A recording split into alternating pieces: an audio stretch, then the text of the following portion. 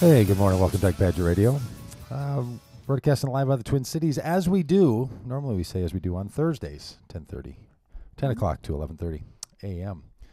Yeah. But the last month, it's been just nothing but odd Thursdays. Weirdnesses. Wacky Thursday. I know. But not anymore. We're back in the saddle. Freaky Friday. Yeah. See, there isn't even a Thursday thing. No, we should make one. You know what it ought to be? Is Teacup Thursday. Because if you're watching on the Ustream, you'll see here. I'm going to move the camera down there to see Victoria's 4 sets of teas that she has set out here. It's you're embarrassing me. She refers to them as medicinal, and I think some of you, especially from Colorado, know what that means. Colorado. Lump me in with the medicinal users. That's exactly where you find yourself. Well, now I have to tell you. Dandelion root. Shepherd's All right, purse. so what's going on? You don't have to tell us why, but you've got some sort of a treatment. I'm not telling you why. You've got some sort of a Dandelion root, shepherd's purse, honestly, a little bland chicory if you just root. listen to the podcast, you really need to go watch the videos because it's this is what we deal with. It's unbelievable. And it's keeping me well.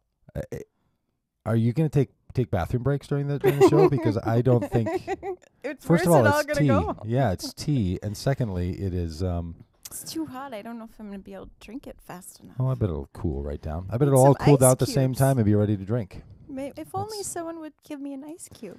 That's how things work. Hey, big week in the state of Minnesota where we broadcast out of. If you were afraid that marriage as we knew it was going to come to a screeching halt when people of the same gender decided to marry and were legally approved of that, this is the week that happened. Yeah.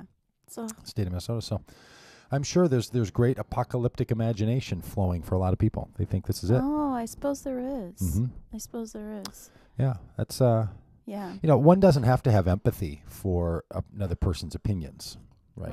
Because you don't have to be like, oh, I feel so bad for you that you were wrong. I feel so bad for you that we thought different. Well, not when you say it like that. Yeah, you know what I mean? Because it gets to be a little that way, right? Sometimes, I think.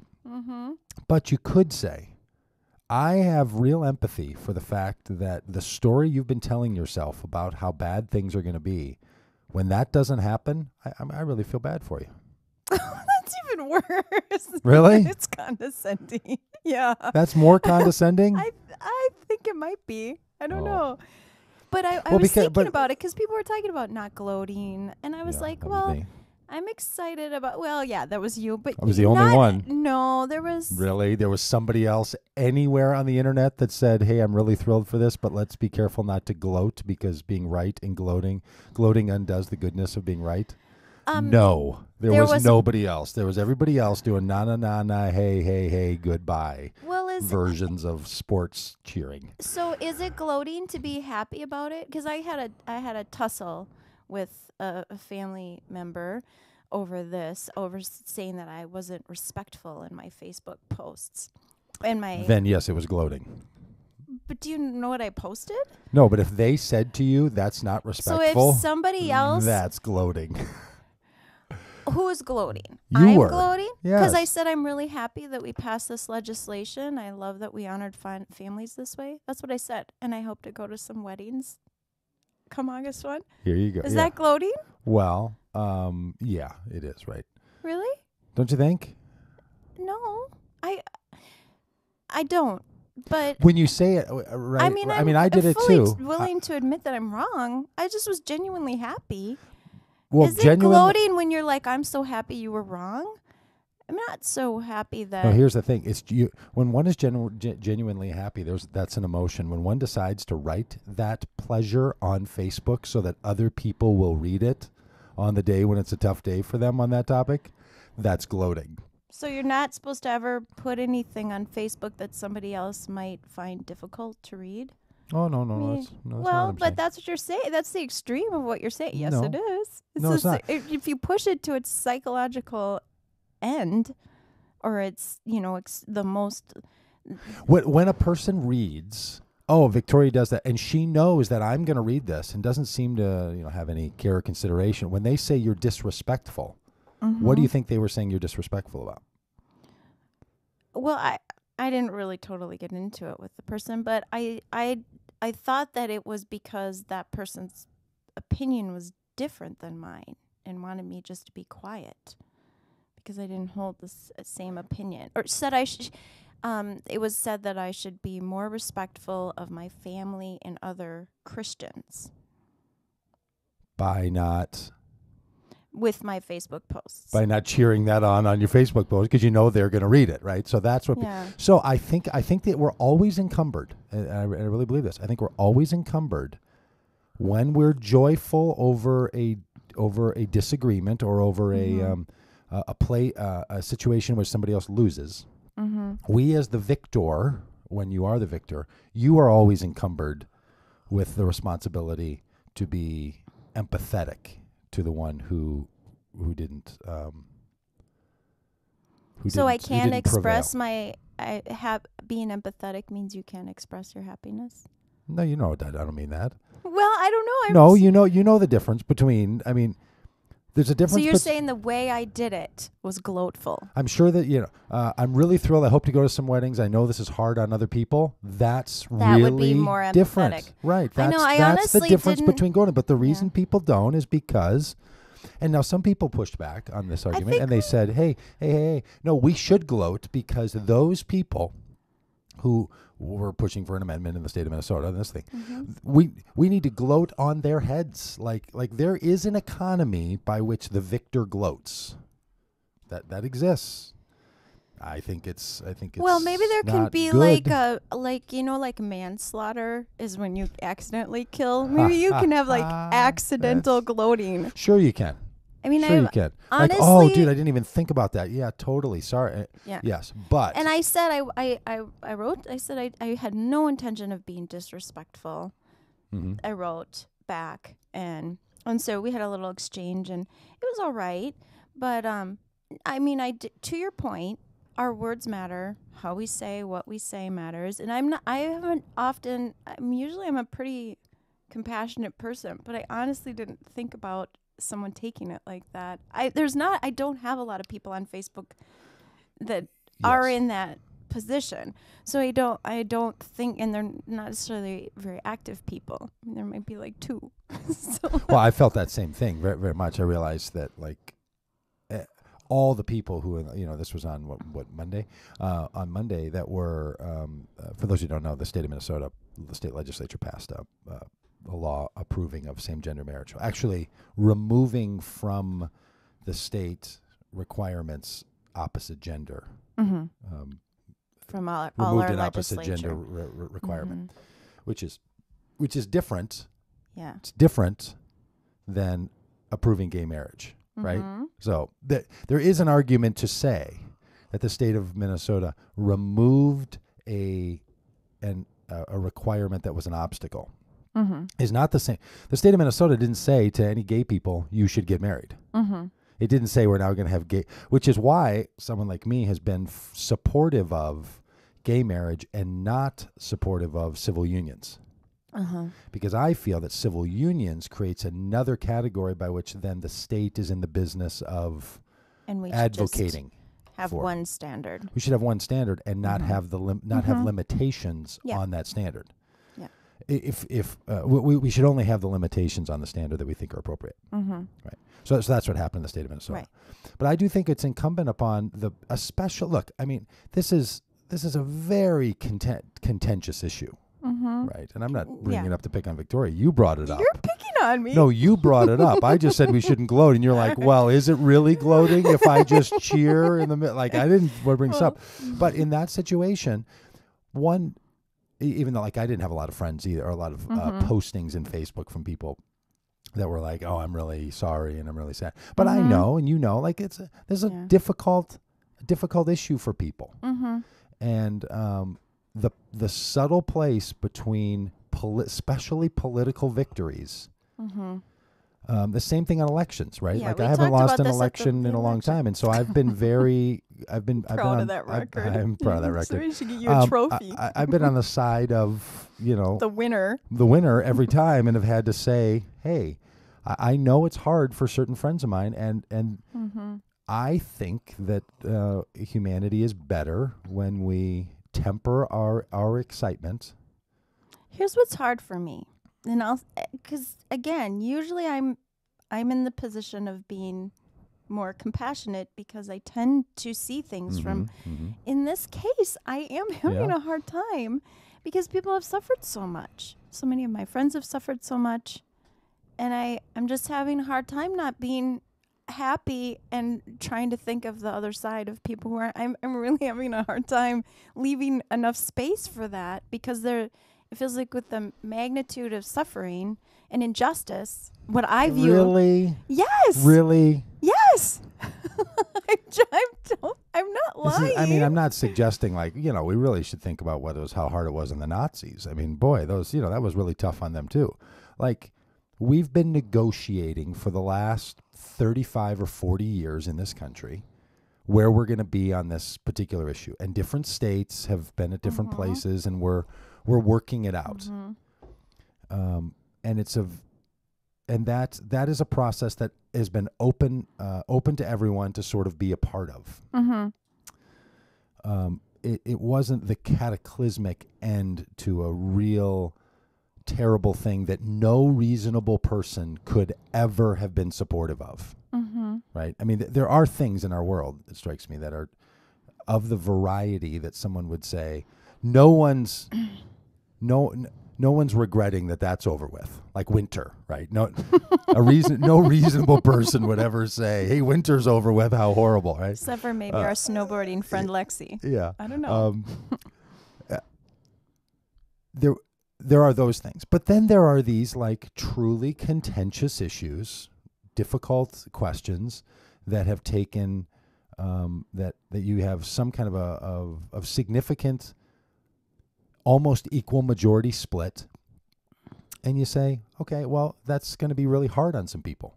It strikes me that that's a little different than. I don't know. I think with when people talk about, as we were discussing last week, bullying, suicides, acceptance of individuals there's a lot of people who have suffered very deeply because of their sexuality, and while maybe they didn't have. Oh, I'm all for that. I don't think that the state of Minnesota changing its marriage laws has a direct impact or commentary. I so think to it say matters that somebody, a lot toward that. I really do. I think it all contributes to more space for different kinds of people, different kinds of families. I do really care deeply about children and families with same-sex couples who could be I understand taken that, away. yeah. And, I think that's a big deal. But are you saying then that someone who holds a different view about the state's participation in marriage means that people who have a view about marriage don't have a valid argument because of these other issues? Is that? I'm just saying that somebody who has that view about marriage probably has other views about gay people and families, and that kind of thinking makes it harder. Look, I'm highly supportive of gay marriage across the board. I know you are. But no, there are many people supportive of gay people and even homosexuality that don't think that it should be part of our marriage construct. I don't know them. You do know them. They're the people that I know you know them. I mean, I know people that you know that know that. It's you truly do know them. I mean, it is a. I want a list after I've done joking. Well, I could give you a list. There are people who are who have lots of reasons, I think ill-founded, but they're not unreasonable people, and I think that to say, which I hear, maybe I'm hearing it in you, I'm not sure, I might be, there is no reason to have consideration for the views of somebody who differs on this.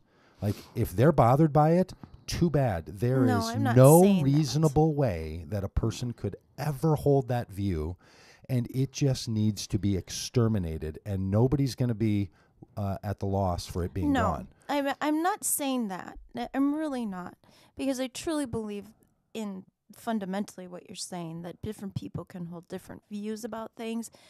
And maybe what a lot of us need who are particularly happy about this, and I mean, I know you're happy too, but maybe what we need is just a little time. I mean, like if you get really, really mad and you have trouble having compassion for, like somebody hurt you, say, and you're very angry for a while, and you don't have any compassion for that person for a little while, and then after that's what I mean. time, but that's what I'm getting at. That the this same didn't thing sneak happened. up on anybody like this. Like then it just ended. That's what I was getting at earlier. Like that's not how this has been a very long, evolving conversation in the state of Minnesota. There was a vote 7 months ago, and then there was some legislation that came, and we knew the Supreme Court. It's not as if someone was just so overcome with shock, like.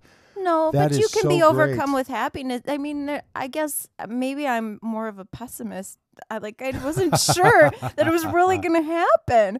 And so I was so excited when it did, because I don't follow politics like you do to have a clearer sense. I mean, I didn't know if I could really trust that it was going to pass. I thought, although when I listened to some of the Senate debates and the arguments against, I was surprised at that it's held on this long. Well, yeah, kind of. I was like, wow, these arguments aren't super strong. No, it's really amazing that it has taken this long. Mm-hmm. And I'm not saying that we should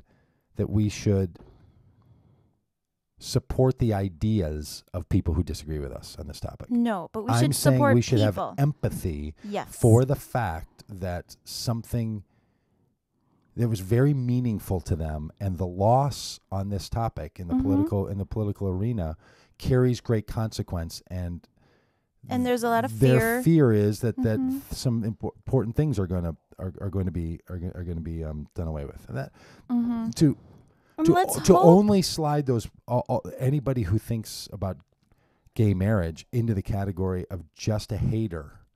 No, I think is a mistake. I think there are haters agree. for sure. I think there are haters, and I think there's some real bigotry and some real culturalism and some all that stuff. But on the other hand, I think there are people who just have very strong views, and they differ on what we should do in the state with the issue of marriage, and people it's need time to grapple. And they need time to consider, and they need time to talk to people. And I get that. Thinking doesn't just show up. I mean, it evolves. Right. Like in your own world, was there ever a time in your adulthood when you would have thought, I don't know that we should change marriage to include same-gender people? It's possible, although it happened very young, because I watched a couple split up, two women who had a little girl together when I was really like 22, my first job, and it was horrible. Because the child was the biological child of one woman, but these two women had raised her as partners her whole life. And the biological mother totally cut out the other mother. And the suffering of this little girl was so horrible that it just marked me forever. And I remember coming home to my husband one day and saying, I don't care what anybody says about gay marriage. That's wrong. Nobody should be able to do that to a kid. Take away a parent like that. So for no good reason other than that. But someone like you wouldn't have been satisfied with other legislation, parenting legislation that would have solved that, not in the category of marriage. Like there are ways you could make laws that determine someone to have been a parent figure, and thereby the biological parent can't just cut a person out. Like he can do that with. I guess even at that time, parent. I knew other couples that were and who wanted to get married and couldn't. So I guess it all kind of came at once for me. But I don't know. I mean, I don't remember it really being an issue when I was a teen in the 80s. Like I don't remember in my world people even really talking about. All right. It was all about abortion. Yeah, because in Minnesota, a couple tried to apply for a marriage license in Minneapolis in 1970. They were turned down by the clerk. The clerk made the decision, like, you're two men, you can't get married. It wasn't in the statute at all. The statute didn't identify it at all. It wasn't until 1977 that the statute identified it. So it was precisely the issue in the mid 70s. Well, I believe that it was. I'm just saying I don't. And there were people I and just remember it. I don't remember it being on my radar screen, so that's why I can't. Yeah, and that's what I'm getting at. So I just think there's a lot of people for whom this stuff kind of sneaks up on them, right? Like they weren't even thinking about it. Like they don't follow, and then all of a sudden here this is happening, and they're like, oh. I don't know. There was that referendum, and I don't know what I think about this, and I don't know any of these people. And it's very hard. And I think we're going to have a better society when there's. And I mean, you're the last person I have to tell this to, but we're going to have a better society when there's more grace and more empathy and more consideration for the other. Yes. And in this case, the people with the wrong opinion are the other, right? Yes. But I will tell you, I have gotten pushback pretty severe, and I'm sure people who listen to this segment will push back on it. They will be like, no. See, he's really not all that. So he doesn't really get the issues. I think I do, but maybe I don't. But I still think we should be considerate for the one who felt as if someone just stepped on their head. Yes. And that's what people feel like. And to say, and maybe you're not saying this, or maybe you are. I don't know. You have to. I don't want to put words in your mouth, but I also don't want to take them. I think you're about to. But I don't want to take them away. Well, they're so wrong about that. I don't care if I don't have to worry about their opinion because they're so wrong about that. I think that's a real. I think we find ourselves in a real pickle. I don't think that means we have to, because that's how we got in this legislation case. Reflection. You're right. I mean, it's true. Like anyone on the outs or on the margins deserves consideration and grace. And for those of us who have found ourselves on the outs or the margins in various places, know how little there is of it over there. That's right. Yes. And so, I mean, I never want to be guilty of doing that same thing. It's true. I just think I just need a little bit of time. That's all. I'm going to be honest. I just need a little bit of time. And I think that's why I didn't post it till the second day.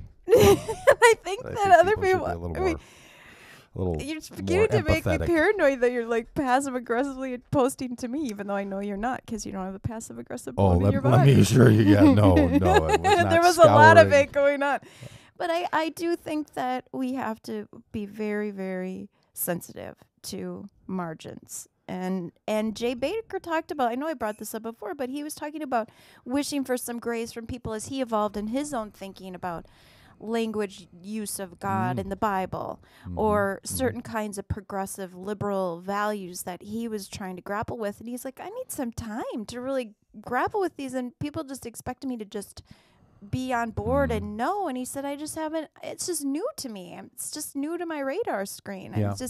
And so to your point, I agree that that's for some people in really insular communities. I could see where this would be new. And in the abstract, everybody would agree. Everybody agrees. Of course, you should be sympathetic and empathetic and considerate. But then you have a specific issue. And then it switches, right? It's, I mean, that's how I speak about myself as a pacifist. I am a total pacifist until someone strikes me in the face. Then I'll have to decide if I'm still a pacifist, right? Like you're not a pacifist when nobody's got when nobody's bringing the or like pain when on you're you. in a country that's like, got all these arms and there's all this war going on all over it. Would you really be a pacifist then you if somebody was shooting at you? You're not a pacifist when you're reading a book or writing a paper about it. Yeah. But it's the same way here. Everybody's on the side of empathy. Well, but not in this case. I mean, now we're talking about things in which, and everybody gets their little exception. But I think that the new humanity gospel that Jesus calls us to, the way of godly life, is even then, even then you turn the other cheek. You forgive those who persecute. We've tried this political issues thing in our broader culture with a dominant society that tells the ones who lost to sit down now. I don't think that works very well. No. And I don't think it's going to work very well to have this on this issue. And because in the state of Minnesota, we at least get a practice run at it, because the Supreme Court is about to, in my view, overturn the Defense of Marriage Act. Yeah. And that's going to create a very curious circumstance. So, yes. So anyway. Good job with the empathy, tall guy. Big week in Minnesota. and people excited all the way around. And it won't be long before